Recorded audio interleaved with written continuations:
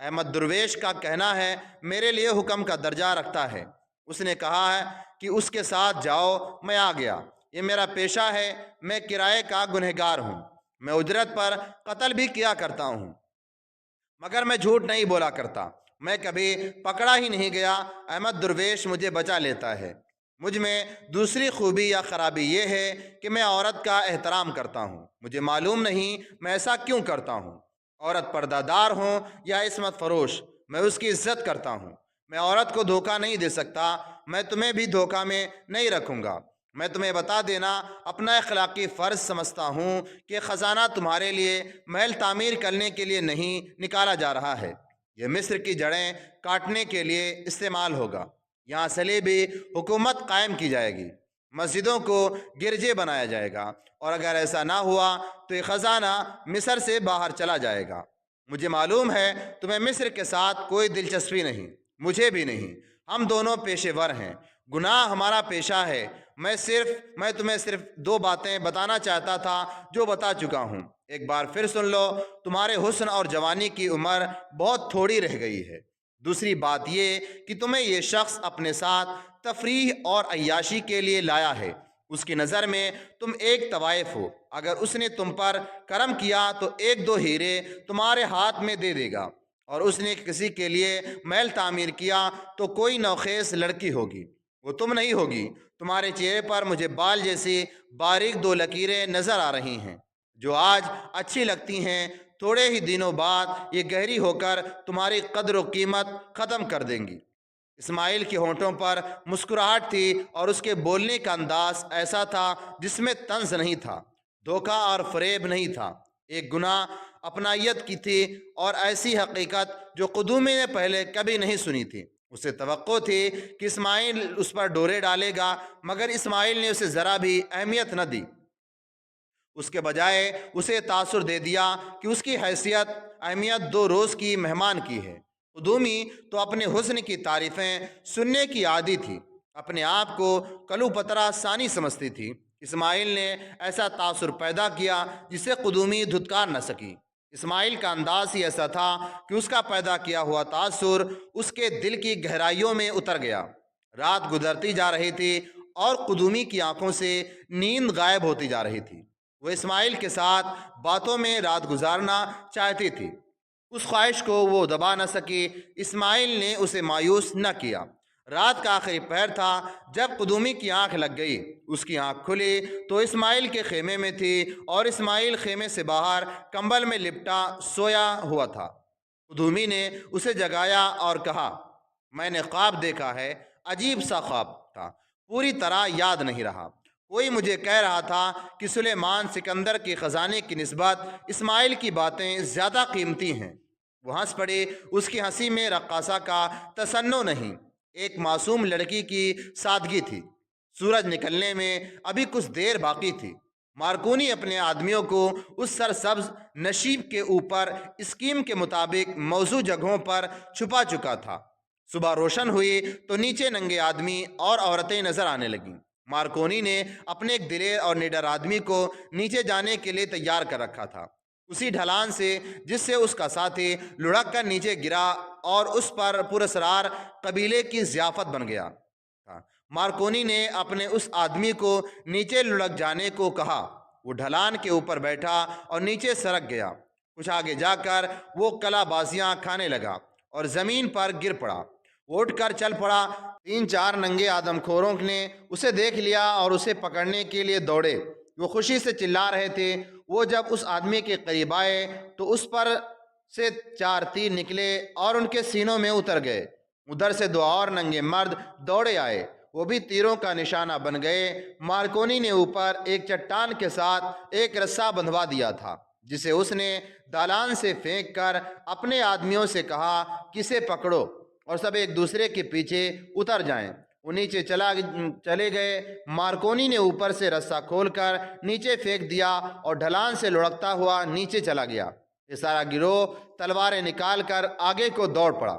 چند اور ننگے مرد سامنے آئے، انہیں بھی کاٹ دیا گیا۔ جو ذرا دور تھے وہ الٹے پاؤں بھاگے۔ نیچے سے سرسبز علاقے کے کئی حصے تھے۔ مارکونی نے دیکھا کہ بھاگنے والے ایک حصے میں چلے گئے تھے وہ ان کے پیچھے گیا، اسے ان آدمیوں کا واویلا سنائی دے رہا تھا، ان کی چیخ و پکار پر وہ ان کے تعاقب میں گئے۔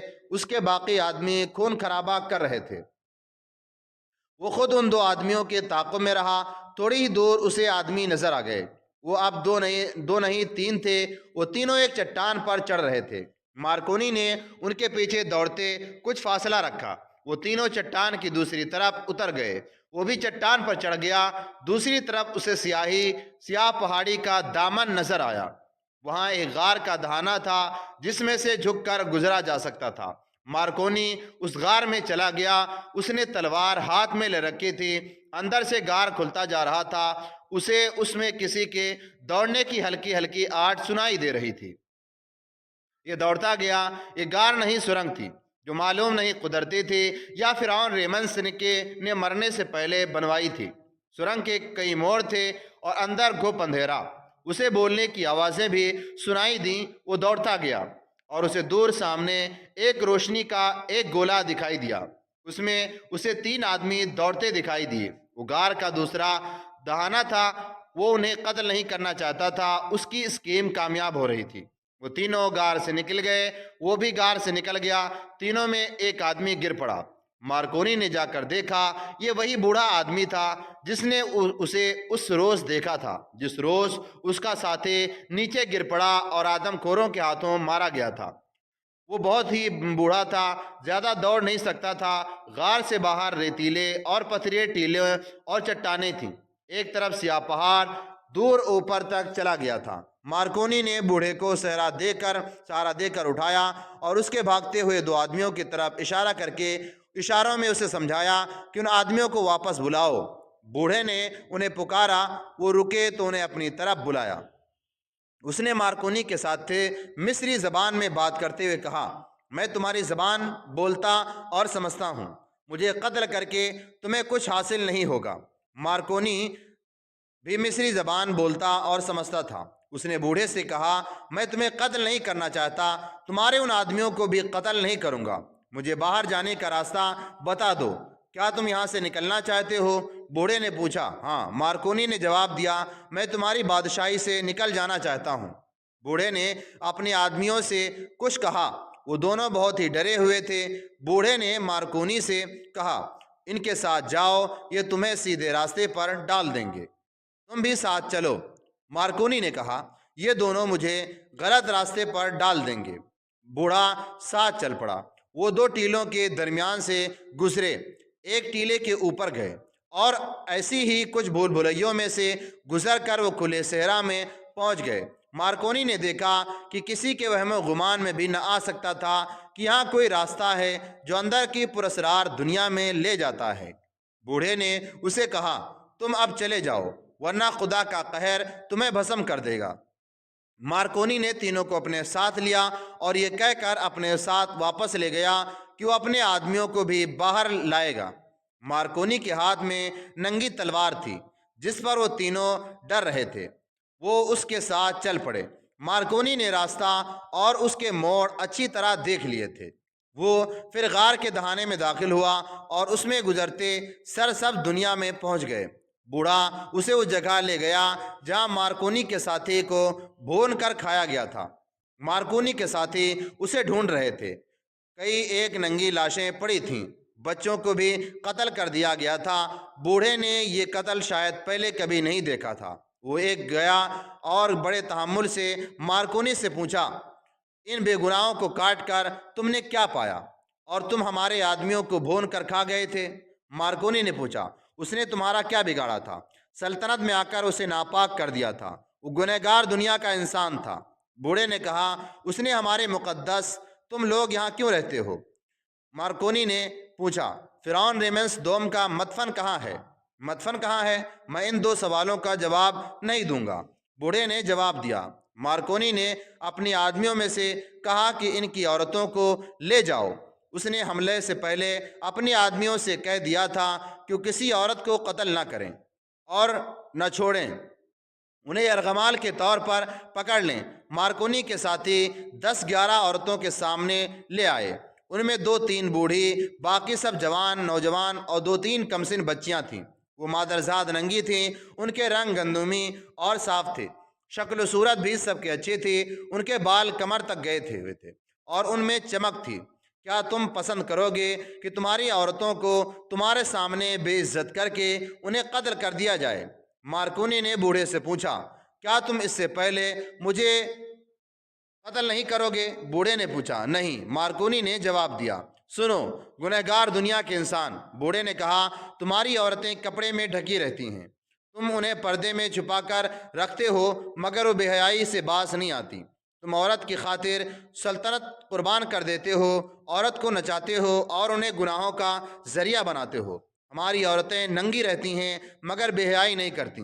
کوئی مرد کسی دوسرے مرد کی عورت کو اس نظر سے نہیں دیکھتا جس نظر سے تم نے میری دنیا کی عورتوں کو دیکھا ہے۔ میں تو تمہاری نظر بھی برداشت نہیں کر سکتا۔ تم خدائے مقدس ریمنس کے خزانے لوٹ لو، میری بیٹیوں کی عزت پر ہاتھ نہ ڈالنا۔ میں وعدہ کرتا ہوں کہ تم مجھے ان پہاڑوں کا بھید بتا دو۔ مارکونی نے کہا، میں تمہاری عزت تمہارے حوالے کر دوں گا۔ ڈاکو کے وعدے پر اعتبار نہیں کیا جا سکتا۔ بوڑھے کے ہونٹوں پر طنز کی مسکراہٹ آ گئی۔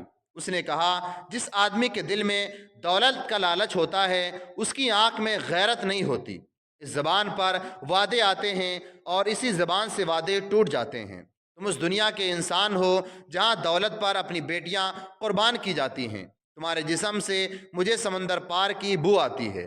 میں ریمنس کے مدفن کی تلاش میں آیا ہوں۔ مارکونی نے اسے غصے سے کہا، مجھے وہ مدفن بتا دو، میں بتا دوں گا۔ بوڑھے نے کہا، اس سے پہلے میں تمہیں یہ بتا دینا چاہتا ہوں کہ مدفن کے اندر جا کر تم باہر نہ آ سکو گے۔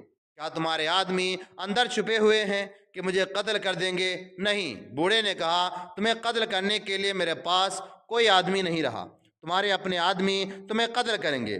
تمہاری لاش یہاں سے کوئی نہیں لے جائے گا۔ تم غیب داں ہو؟ مارکونی نے پوچھا۔ آنے والے وقت کی خبر دے سکتے ہو؟ نہیں، بوڑھے نے جواب دیا، میں نے گزرا ہوا کل دیکھا ہے۔ جس نے گزرے ہوئے وقت کو عقل اور دل کی نظروں سے دیکھا ہو وہ آنے والے وقت کی خبر دے سکتا ہے۔